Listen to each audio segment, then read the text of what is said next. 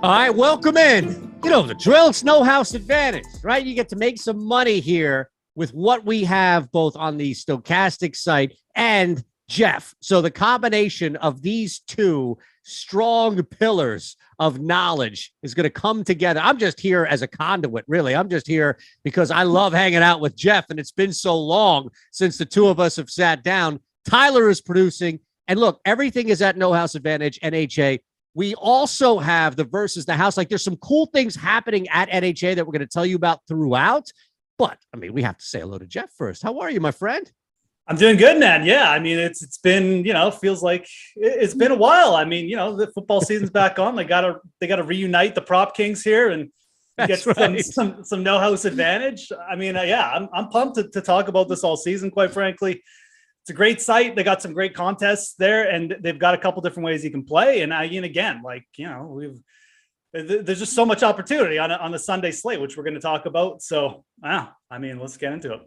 I love it, man. And the beauty here, I'm in PA, so we don't have much outside of the general books, right? They've done a really good job as far as eliminating a lot of the other content pieces that we have outside of a book, except No House Advantage. So I get to play NHA, and I love, you mentioned, some cool things that are happening there. We'll talk about this as well throughout. The versus the house now is offering you 25x if you can put together this massive parlay. So it's not just the contest that we're going to help you with here over the next 30 or so. There are some other cool ways that you can win some money, but it's pretty much the same, right? Like, it's the same no matter what sport. You have the 10 all the way down to 1 here. We have the mega contest, Geoff, as far as the 50K to 1 in the early slate. So the benefit of that is that in that major contest, it's just going to be the 1:00 Eastern games to focus on. But overall, man, there's some pretty cool places to start, depending on if you're looking at, maybe taking advantage of an injury or maybe taking advantage of an underdog scenario here. So just looking at some stronger plays, and maybe there's a game that you'd like to start with that you think is going to feed to maybe some stronger plays. Yeah, I mean, look, it's week 1, right? Like, I mean, some of these props are going to be, a little bit on the low side, and some of them will be obviously projecting like with stronger teams and stuff like that, a little bit stronger. But yeah, I mean, I think this kind of builds off what we saw last night. I think that if we have some receivers here who are in, we know what their usage is going to be, just much like Cooper Kupp and Stephon Diggs, like last night. Like, there's no reason to get scared off these top end receivers. This is a pass first league. I mean, and again, like, we can kind of start wherever we want, but like, let's start with Amon-Ra St. Brown, and let's start with the Detroit Lions. Yeah. Why not? I love this prop. I mean, this dude's usage, the back half of the season, the last 6 weeks, was basically, it was Cooper Kupp.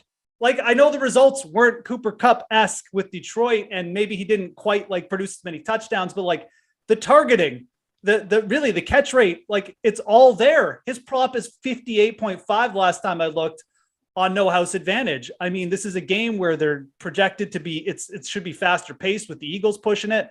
The line's already moved as I'm looking at the 4.5 Eagles. Yeah. So, which it should. I mean, I bet the Eagles early in the week. I mean, I think that there's a massive talent gap here, but that's good for Amon-Ra St. Brown. So that's one receiver, but I think there's multiple places we can look to too. The 49ers, another game. I don't want to jump around too much, but yeah, Brandon Ayuk, under 40 yards, under 50 yards receiving, anything under that, you should be hammering the over. George Kittle, very questionable. I don't know if he's been ruled out yet. I think he's going to be. Ayuk went for 90 yards with Trey Lance in his last start against the Texans. And that was a game they were ahead the whole time. Chicago's secondary is bottom 5, probably bottom 3. Ayuk at under 50 yards. Yeah, you got to go over there too. Yeah, I love that, man. And I think looking at Justin Fields, so the books in NHA, you kind of have to pick your spots, right? Because I think the easy place to fade, honestly, both quarterbacks in this game would be completions, but you don't have that ability to, right? So you can't go under on Justin Fields completions, but what you can do, and shout to Rasa, because he actually brought this prop up on the Odd Shopper live show earlier today, but I love it at NHA as a stronger play. So I'll bounce it off you, Geoff, but going over 35.5 rushing yards for Justin Fields seems like the only over/confident play that I can make. Like, even the passing yards might be a little too low if he has somebody break one. I don't think he will, but the confidence one, I think, in this game also, and Ayuk I love, by the way, that's a strong-ass play there, would be going over Fields' rushing yards at 35.5. Yeah, and, like, I mean, it's always dangerous when Ben and I are on the same page because we get on the same page for golf, and then our guy is like withdraws or something. But look, we did a Knowles Advantage show this morning, and one of the things I highlighted was Justin Fields over 35.5 rushing yards. Look at the San Francisco 49ers defense. Even under D'Amico Ryans last year, Robert Saleh before, what do? Their linebackers are great in coverage. They do not care about spying rushing quarterbacks. They've been bottom 10 in terms of rush yards allowed the last 3 seasons. So this isn't just a trend. This is just how they operate. Justin Fields went for 100 yards against them last season, rushing. And I mean, I'm bullish on Justin Fields just from a fantasy perspective. But you're right. Like, the passing, I don't want to, even Trey Lance, like, I don't mind if you can get a combined total on Trey Lance. I think that's fine because you get the rushing in there. He could go for a 40-yard rush and then you're kind of golden. But on Fields, I think taking the over on the rushing is where you want to be. I mean, this guy's got all kinds of ability in the open field. He's got a good matchup here. It should be like game flow. Again, like, you know, even if he doesn't get there, maybe he struggles early, you could get there late with just a couple garbage time rushes. So there's too many ways, I think, to hit the over here. I think the prop is just too low. I think you'll see Fields' props get higher than this as the season goes on too. So this is the one I liked as well, along with Ayuk. Those are the 2 players I'm really targeting. I think good opportunity for Ayuk just with Kittle and the matchup too. Real quick, I want to hit you with 2 more guys in this game, because I think as shitty as this game probably will be from a entertainment standpoint, right? It's probably going to hit like 32, 33 total points. It definitely could, a lot, right? But there's a lot of value in here. So Deebo, there's only 2 options for Deebo. 64.5 receiving yards, 4.5 receptions. I don't have a feel on either one of those, except maybe leaning over receptions if we know George Kittle is out. Yeah. There's no rushing, though. That's the thing here, right? No rushing opportunity for Deebo. So do either of those 64.5 receiving or 4.5 receptions make any sense to make a play on? I think the receiving total is actually probably worth thinking about going under on. It's a big total. Like, I mean, you look at books, a lot of books have Deebo and Ayuk a lot closer than this, like to the point where I think some even opened Ayuk with a bigger total. So, like we're going over 60 now. And again, it's not that, like, I don't think Deebo Samuel can be a receiver or something like that. It's just with Kittle out, you know, maybe they get him an extra screen or something, but you know, I think that with Ayuk there, and don't forget, like they drafted like Danny Gray, who was really good in the preseason. I'm not really sure that like Samuel's role is going to change all that much. I think that, you know, Trey Lance being there as well, I don't know how much that like opportunity that's necessarily going to create or help for Deebo Samuel. So I would probably kind of lean under on his receiving total, to be honest. But the reception one is one I would be much more hesitant to go under on at 4.5. I might even consider that for an over, like you said, maybe even laying off. Like, I don't have a strong take on Deebo, but that number is bigger than I thought it would be. Like 64.5. Again, I think he should be far closer to Ayuk. So. All right, last one here. This number seems high. It just seems like when you say it out loud that Trey Lance is going to throw for 3 touchdowns, I don't care who it's against. It just, I need to see that first. So that was the other one that kind of jumped at me that I thought could be maybe even 10, depending on where you have it, maybe like a 10 through 7 point range here. If you feel as confident as I do going under 2.5 TDs, again, that's a big number. It's massive. I mean, we're getting like plus. Oh, wait. Geoff, I'm sorry. That's total touchdowns. I was going to say. Okay. No, that's my fault. My fault. No. That changes everything, right? Total touchdown. Yeah. Sorry. I thought it was passing touchdowns. I misread that. That's my fault. I mean, it does change it. Obviously, it makes it. I mean, at 2.5 passing touchdowns, yeah, we would have hammered the over there or under. Excuse me, but yeah, under, right. Total touchdowns is a little different. Yep. I would still lean under. Like San Francisco. There's multiple. I mean, they're a really good rushing team, right? Like, let's not forget, like Elijah Mitchell obviously can get involved. Deebo obviously in the red zone. So, that's one I would probably lay off. I'm very bullish on Trey Lance. And I do think there's one real outcome of this game is just like the San Francisco 49ers offense, just start to finish is just like, we see a new level of efficiency with Trey Lance there. I know most people are taking the wait and see approach, but Lance is a player I'm not necessarily looking to fade this week. I'm actually looking to take some over props, but it's more on combined props, like passing, rushing, if you can get it. Not necessarily his pure passing props, because there is a little bit too unknown.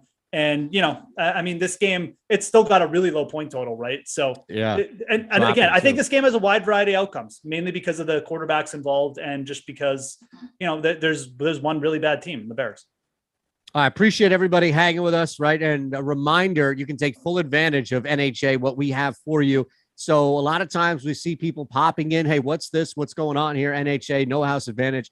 Look, it's a very simple process that will continue to walk you through. You can sign up. It's above that screen. Tyler has it right there above the screen here where you can sign up and we'll match your first deposit up to $25.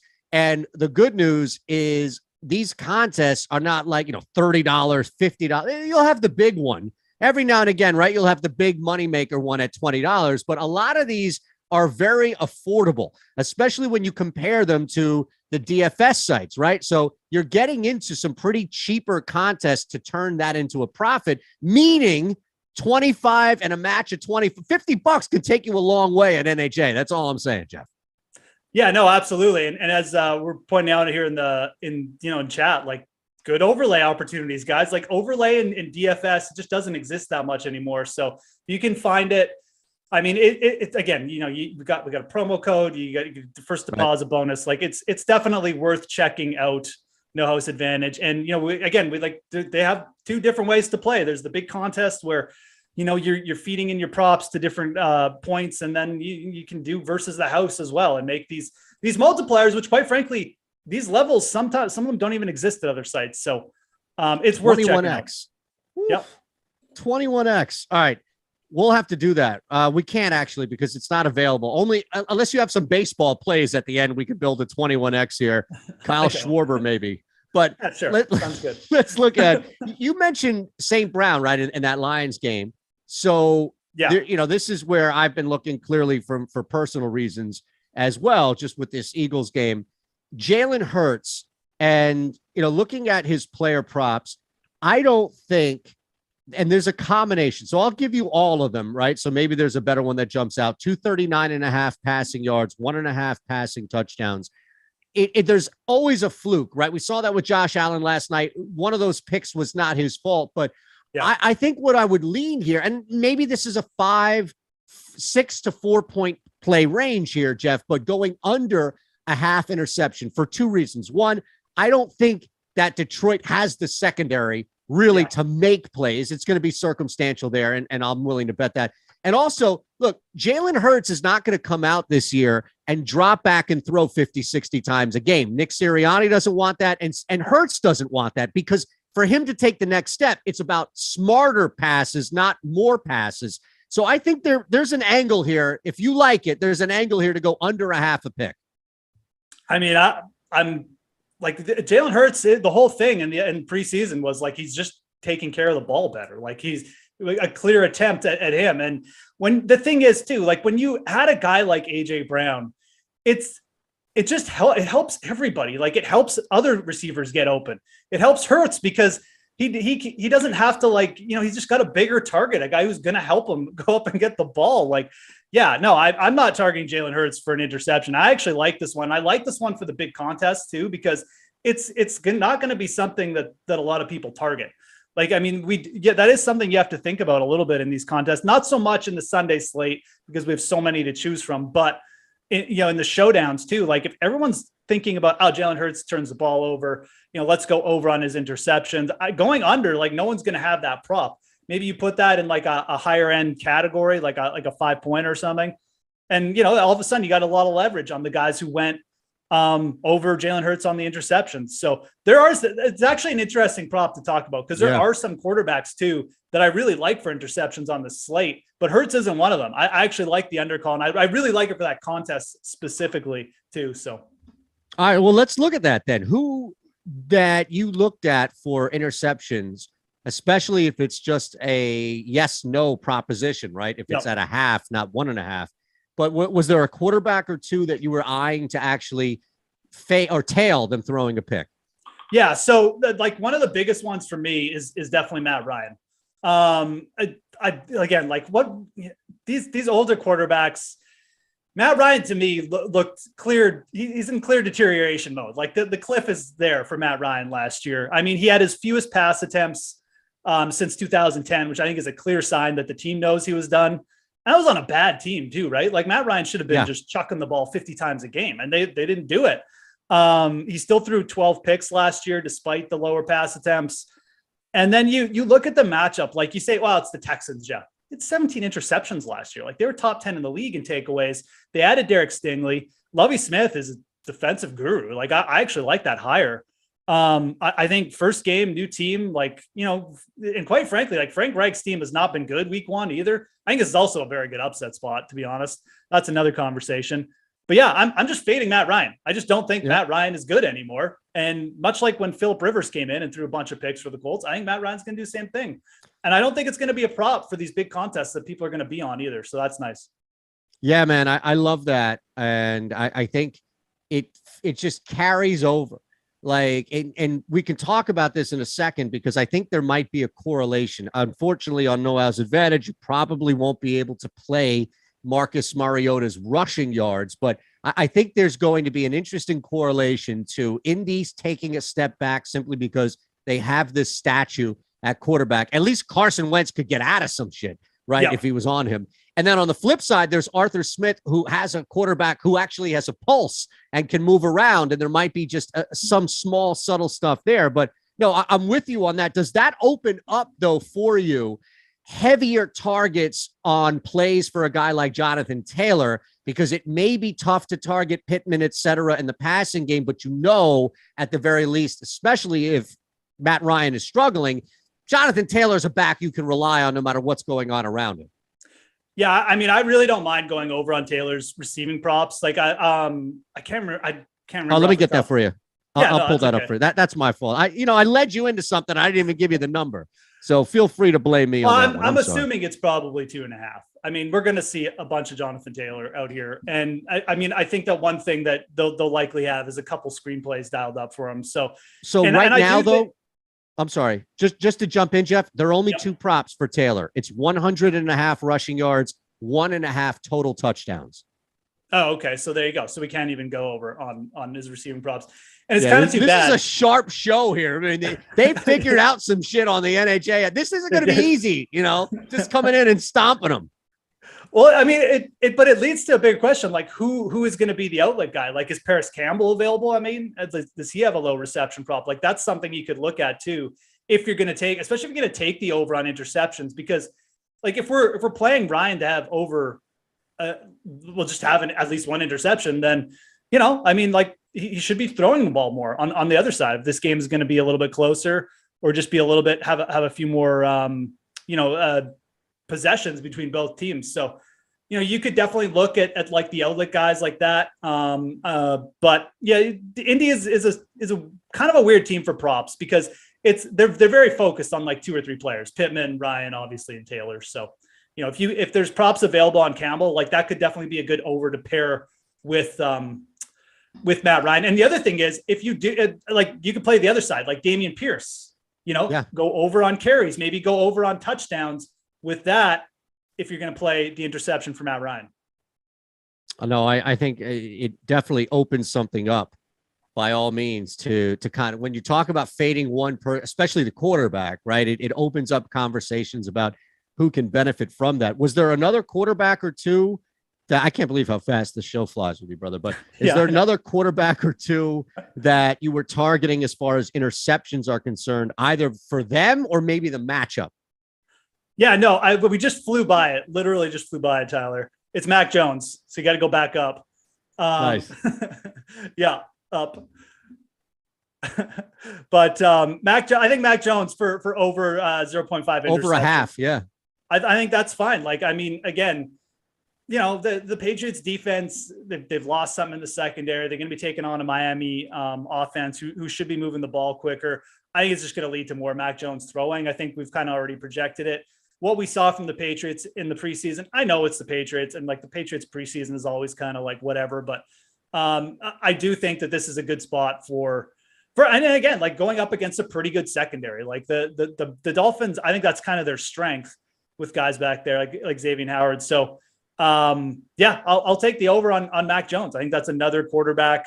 You could definitely look to go over on INTs. Yeah. Also, that game, I was trying to figure out, like you've got old ass Devontae Parker in here, Damian Harris, the running game. I don't really know what you can make of it, but Parker's the other guy. I don't know about receiving yards just because it's a low enough number where it could get you, but 3.5, like 4 grabs. Does that seem a little high to you for this Patriots offense? Yeah. Devontae Parker. And it seems high for me for the fact that, like, again, what did we just see with Allen Robinson? Like, everyone's like, well, Allen Robinson's props are really low last night. This is a good opportunity. Yeah. He's the number 2 guy in the Rams.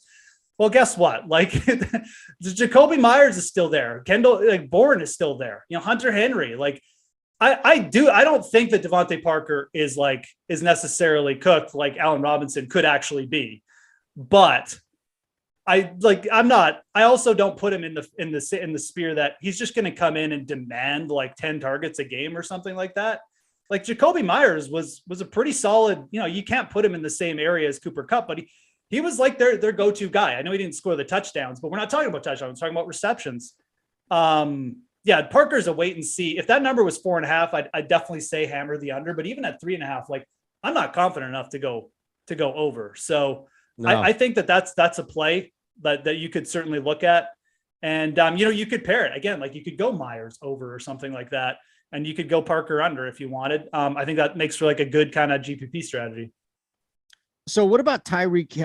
I was keeping this. I made a note for a couple of guys I wanted to hit you with, and then by all means, take as much time as you want to just wrap up with ones you were looking at. But let me give you 2 rapid fire here. Tyreek Hill, 70.5 receiving yards, 5.5 receptions. I have New England winning this game outright. Like, I have the Patriots winning. I don't trust more Mike McDaniels than Tua in this role against Bill Belichick. But that being said, like, I just want to qualify the statement there. I still think that there's a very realistic possibility, Geoff, that Tyreek Hill can explode, but it's Jalen Waddle or somebody else who's completely removed from the football game. So I'm not, just because I have New England winning and Tua struggling and Miami losing doesn't mean I want to fade Tyreek Hill, if that makes sense. Right. Yeah. I mean, is 70.5 too much?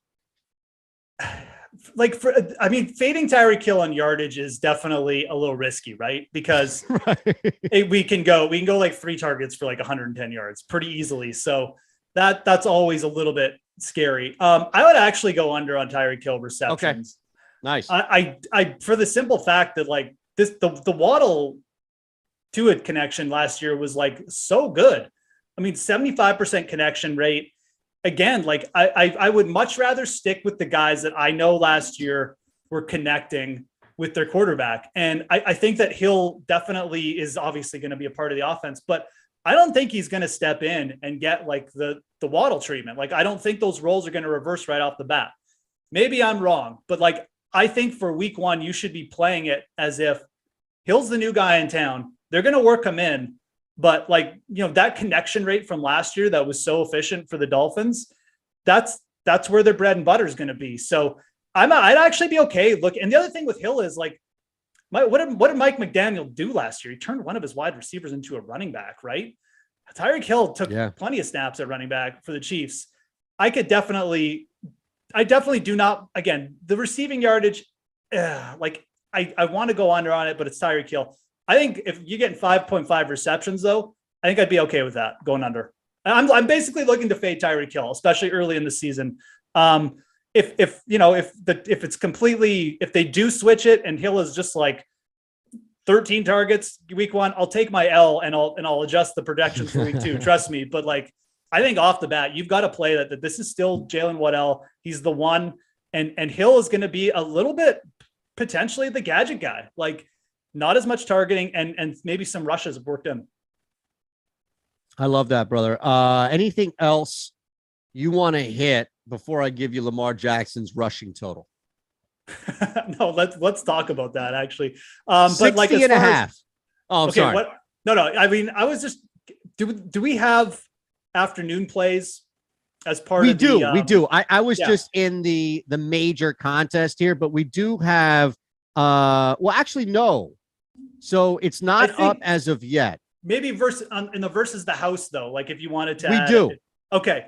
So in the versus the house, if you're looking to add on, like maybe you're looking for a 5th play, I'm just going to throw this out there. Adam Thielen is like Mr. Week 1.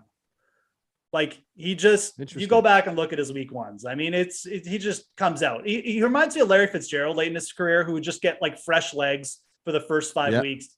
And everybody like, oh, Larry's cooked. Like he's like 37. And then he just 300-yard games in a row. That's Adam Thielen. He also really likes playing the Packers, and he's not going to be up against Jair Alexander. So Thielen, last I looked, he was hovering around 49 yards. Take the over. I mean, they're also playing like a quality team. They're going to be throwing late. But yeah, Thielen, I feel like, I don't use things like free square, but like week 1, go over Thielen. I think that's a very strong play. I love that, man. Absolutely love that. Especially because, as you mentioned, you can play that in the versus the house there. So that's going to be one to keep an eye on. 60 and a half rushing yards on our way out for Lamar. What do you think? It's the Jets.